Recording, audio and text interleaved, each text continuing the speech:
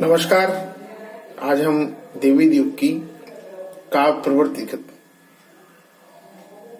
की जो प्रगतिगत विशेषता है उनको आपके सामने रखेंगे। और देवी युग की जो प्रवृत्तिगत विशेषता है वो सर्वप्रथम उनकी शुरुआत होती है काव्य भाषा से। और द्विवेदी जी के युग की जो भाषा है काव्य भाषा वह है खड़ी बोली।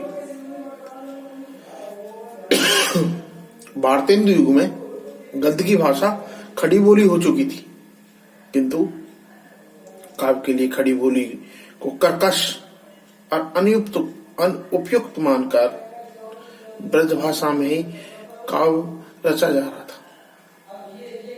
आचार्य द्विवेदी ने इस विसंगति को दूर करने के लिए युग की आवश्यकता के अनुसार गद्य और पद्य दोनों खड़ी बोली के प्रयोग का समर्थन किया और कवियों को प्रोत्साहन तथा प्रेरणा प्रदान की।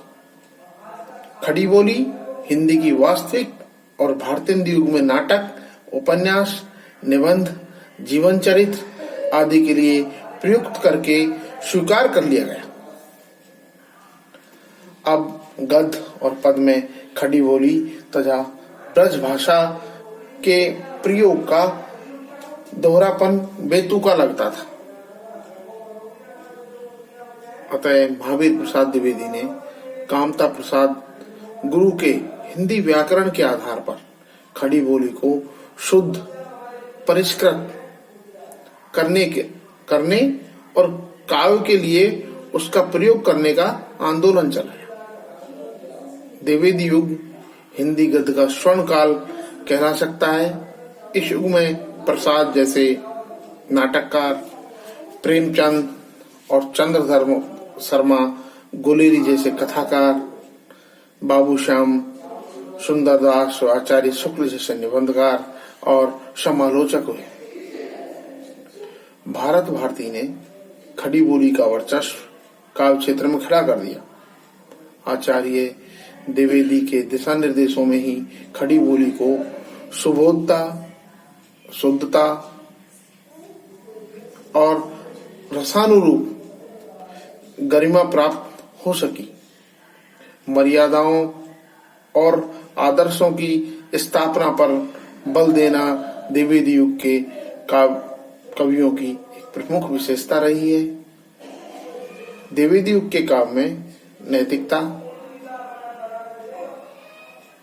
और आदर्शों की स्थापना का संदेश भरा हुआ है। वे मनोरंजन को काव्य या कला एकमात्र उद्देश्य नहीं समझते और न ही मानते। गुप्त जी कहते हैं, केवल मनोरंजन न कवि का कर्म होना चाहिए। केवल मनोरंजन न कवि का कर्म होना चाहिए, उसमें उचित उपदेश का भी मर्म होना चाहिए। यानी समाज के लिए एक शानदार संदेश पहुंचे, ये बहुत बड़ी बात होती है। और कवि का सार्थक काव्य तभी सफल होता है जब वो समाज में अपना एक संदेश पहुंचाता है। इसी प्रकार देशभक्ति का उद्देश्य भारत में दयानंद, सरस्वती, विवेकानंद, रामकृष्ण परमहंस, प्रार्थना सभा, थियोपिकल सोसाइटी आदि के प्रयत्नों से शिक्षा, संस्कृति, समाज और राजनीति में पुनर्जागरण की शिहरन दिखाई देने लगी थी। स्वतंत्रता के लिए आत्मोत्कर्ष के भाव जगाने के लिए हिंदी कवियों ने सच्चे मन से उद्बोधन दिया। भारत भारती में देशभक्ति के लिए स्पष्ट उद्बोधन है, हे रंभ अब विलंब देकर विध्वन हरण कहलाएंगे।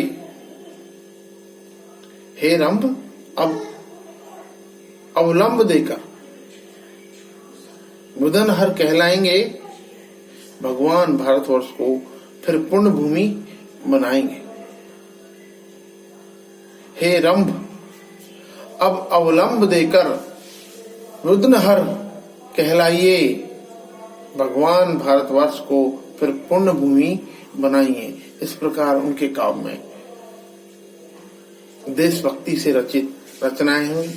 विषय वस्तु का विस्तार। डॉक्टर नंदुलारे वाजपेयी का कथन है, नए विचार और नई भाषा, नया शरीर और नई पोशाक, दोनों ही हिंदी को द्विवेदी जी की देन है। आचार्य वाजपेयी जी बोलते हैं, नए विचार, नई भाषा, नया शरीर, नई पोशाक, दोनों ही हिंदी को द्विवेदी जी की देन है। इसी कारण वो हिंदी के प्रथम और युग प्रवर्तक आचार्य माने जाते हैं। द्विवेदी और उनके साथियों का महत्व नए निर्माण के लिए प्रचुर और अनेक मुखी सामग्री भेंट करने में है। द्विवेदी युग के कवियों ने वर्ण विषय को विस्तार, व्यापकता और विविधता प्रदान की है। मानवता का पोषण। द्विवेदी युग में अशिक्षित नारियों को काव्य में वाणी दी गई। इस युग के कवियों ने सामान्य पुरुष के प्रति मानवीय सहानुभूति और संवेदनाएं जगाने का प्रयास किया। जैसे हरिओद सिंह उपाध्याय की ये पंक्तियां, आप आंखें खोल करके देखिए, आप आंखें खोल करके देखिए, आज जितनी जातियां हैं सिरधरी, पेट में उनके पड़ी दिखलाएंगी जातियां कितनी सशक्ति या मरी। इस प्रकार मानवता का संदेश उन्होंने अपने काव्य में दिया। बोलते हैं हरिओम सिंह जी, आज आंखें खोल करके देखिए, आज जितनी जातियां हैं सिरधरी, पेट में उनकी पड़ी दिखलाएंगी जातियां कितनी सशक्ति या मरी। इस प्रकार उन्होंने मानवता का संदेश अपने काव्य में दिया। हास्य व्यंग की गंभीरता को भी उन्होंने अपने काव्य में दिया, जो उनकी एक प्रमुख विशेषता है। भारतेंदु युग के कवि मनमौजी, विनोदी और फक्कड़ स्वभाव के थे, अतः इनके काव्य में हास्य व्यंग का विशेष उल्लास है। किंतु द्विवेदी युग के कवि आदर्श नैतिकता, मर्यादा, समय आदि की ओर झुके थे, जिसके कारण इनका हास्य व्यंग भी उतना खुला नहीं होकर गंभीर सा हो गया था। हास्य व्यंग अधिकतर राजनीतिक, सामाजिक और धार्मिक आडंबरों से संबंधित विषयों पर हास्य लिखा जाता रहा। इसी प्रकार इतिवृत्तात्मकता। द्विवेदी युग के काव्य में आदर्श, नैतिकता, मर्यादा के उद्देश्यों के कारण इतिवृत्तात्मकता का आरोप किया जाता है। इससे यह कविता रसहीन, शुष्क, विचार मात्र रह गई। यह सही है कि आचार्य द्विवेदी ने रीतिकाल की श्रृंगारिक प्रवृत्ति से मुक्त करने के लिए कवियों को आह्वान किया, अतः कविता रसहीन दिखाई देती है। इस काव्य में सुधार, देश प्रेम, सदाचार, ईमानदारी, सामाजिक उत्थान, शिक्षा, व्यापार, उद्योग आदि विषयों को अपनाया गया है, जिससे इनमें इतिवृत्तात्मकता आ गई। काव्य रूप। रीतिकाल और भारतेंदु युग मुक्तक का काव्य का युग था।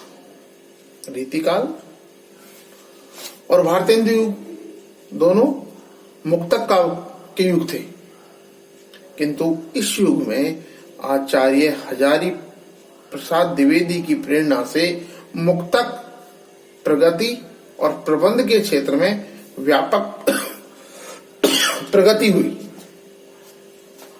अयोध्या सिंह उपाध्याय हरिओम ने हिंदी खड़ी बोली का पहला महाकाव्य प्रिय प्रवास लिखा। हरिओत जी ने हिंदी की खड़ी बोली का जो पहला महाकाव्य है वह लिखा प्रिय प्रवास। गुप्त जी ने तो प्रबंध काव्यों की झड़ी लगा दी। साकेत ये उनका प्रबंध काव्य था। रंग में भंग, जयद्रथवध, किसान, पंचवटी आदि अनेक महाकाव्यों और खंडकाव्य उन्होंने गुप्त जी ने अपनी खड़ी बोली में प्रस्तुत की। जयशंकर प्रसाद जी ने प्रेम पथिक 1912 में, सियाराम शरण गुप्त ने मौर्य विजय 1914, राम नरेश त्रिपाठी ने मिलन 1917, गोकुल चंद शर्मा ने गांधी गौरव आदि प्रसिद्ध प्रबंध काव्य इसी युग में लिखे थे। यानी उनका काव्य रूप जो था वो प्रबंध काव्य और महाकाव्य के साथ साथ खंड काव्य आदि भी इनकी रचनाओं में देखने को मिलते हैं। व्याकरण और शब्द भंडार, व्याकरण और शब्द भंडार। द्विवेदी युग गद्य का तो स्वर्ण काल है, पद्य की भाषा का भी इसी युग में संस्कार किया गया था। यानी गद्य का तो स्वर्ण युग माना जाता है द्विवेदी युग, पद्य की भाषा का भी इसी युग में संस्कार किया गया। इससे पूर्व कवि गण अपनी भाषा में लिंग, वचन, कारक, काल संबंधी व्याकरणीय दोषों पर ध्यान नहीं दिया करते थे और शब्दों को तोड़ते और फोड़ते रहते थे। उनकी मान्यता थी कि कवियों की इस तोड़ फोड़ की प्रवृत्ति तथा व्याकरणगत अशुद्धता पर रोक लगाने का अभियान छेड़ा जाए। गद्य की तरह पद्य की भाषा की खड़ी बोली हुई, गद्य की तरह पद्य की भाषा भी खड़ी बोली हुई और उसे व्याकरण सम्मत शुद्ध परिष्कृत किया गया। ये द्विवेदी जी के युग की एक महत्वपूर्ण देन रही है। वो कहते हैं कि द्विवेदी युग गद्य का तो स्वर्ण युग रहा है, मगर पद में भी उन्होंने इसी युग के जो भाषा का जो मूल संस्कार है उन संस्कारों को दिया। जैसे कि वो कहते हैं कि व्याकरण की शुद्धता, उन्होंने व्याकरण की शुद्धता पर बल दिया और अशुद्धता पर रोक लगाने के लिए एक अभियान छेड़ा। गद्य की तरह पद्य की भाषा की खड़ी बोली हुई और उसे व्याकरण सम्मत शुद्ध परिष्कृत भाषा में तब्दील किया गया। छंद विधान, इस युग के काम में छंदों का बहुमुखी प्रयोग हुआ। परंपरागत छंद विधान अब नए भावों को प्रकट करने में असमर्थ दिखाई देता था। अतः रीतिकाल और भारतेंदु युग में प्रचलित दोहा, सौरठा, चौपाई, हरि गीतिका, रोला, छप्प, कुंडलियां आदि छंदों की सीमा से बाहर निकलकर अनेक नए पुराने छंदों का प्रयोग किया जाने लगा। संस्कृत के वर्ण व्रत तथा उर्दू की बहारों को भी अपनाया गया। प्रिय प्रवास में उपाध्याय जी ने प्रिय प्रवास में संस्कृत के वर्ण व्रतों का सुंदर प्रयोग किया। इस प्रकार द्विवेदी युग के कवियों की जो काव्य रचना थी उसकी प्रमुख विशेषता रही है काव्य भाषा, और काव्य भाषा रही है उनकी खड़ी बोली। और दूसरा जो उनका मेन चीज रहा है, भारत भारती ने खड़ी बोली का वर्चस्व काव्य क्षेत्र में सर्वप्रथम खड़ा किया था। और इसका जो सर्वप्रथम जो महाकाव्य लिखा गया वो प्रिय प्रवास।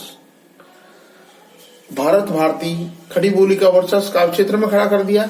आचार्य द्विवेदी के दिशा निर्देशों में खड़ी बोली को सुबोधता, शुद्धता और रसानुरूप गरिमा प्राप्त हो सकी। इसी प्रकार उन्होंने इसमें मर्यादा और आदर्शों की स्थापना की पर बल दिया। द्विवेदी युग के काव्य में नैतिकता, आदर्शों की स्थापना से भरा हुआ है। वो मनोरंजन को काव्य का या कला का एकमात्र साधन नहीं मानते। वो कहते हैं केवल मनोरंजन न कवि का कर्म होना चाहिए, उसमें उचित उपदेश का भी मर्म होना चाहिए। साथ ही साथ देशभक्ति का उद्बोधन करते हैं वो।